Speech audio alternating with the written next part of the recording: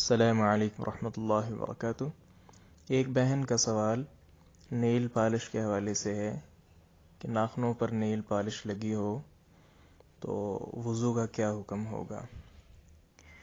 دیکھیں، اصل چیز ہے ناخنوں تک پانی کا سرایت کرنا وضو کے اندر۔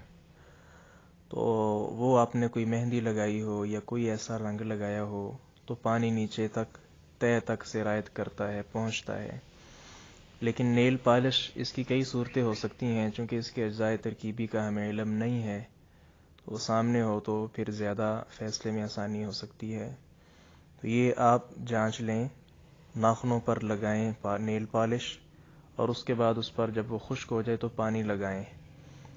بعد میں وہ چھلکا سا اتار کر نیچے دیکھیں کہ پانی کی نمی نیچے تک سرایت کی ہے کہ نہیں۔ اگر تو پانی نیچے تک پہنچ جاتا ہے ناخنوں تک، تو پھر آپ آئندہ سے بھی نیل پالش لگا کر اوپر سے وضو کر سکتی ہیں۔ لیکن اگر پانی نیچے نہیں پہنچتا، اوپر ہی رہتا ہے، تو پھر چونکہ یہ وضو کے اندر نقص ہے، اور یہی نقص پھر آگے چونکہ وضو مکمل نہیں ہے، اس پر پھر نماز پڑھنا وہ بھی ناقص رہے گا۔ اس پر پھر جتنی نمازیں پڑھنا تمام نمازوں میں نقص ہوگا، اور یہ عدم قبولیت کا بھی سبب بن سکتا ہے۔ اس لیے نیل پالش کی سب سے پہلے اس کو جانچ پڑتال اس کی جائے کہ کیا نیل پالش لگانے سے پانی نیچے تک پہنچتا ہے کہ نہیں۔ السلام علیکم ورحمۃ اللہ وبرکاتہ۔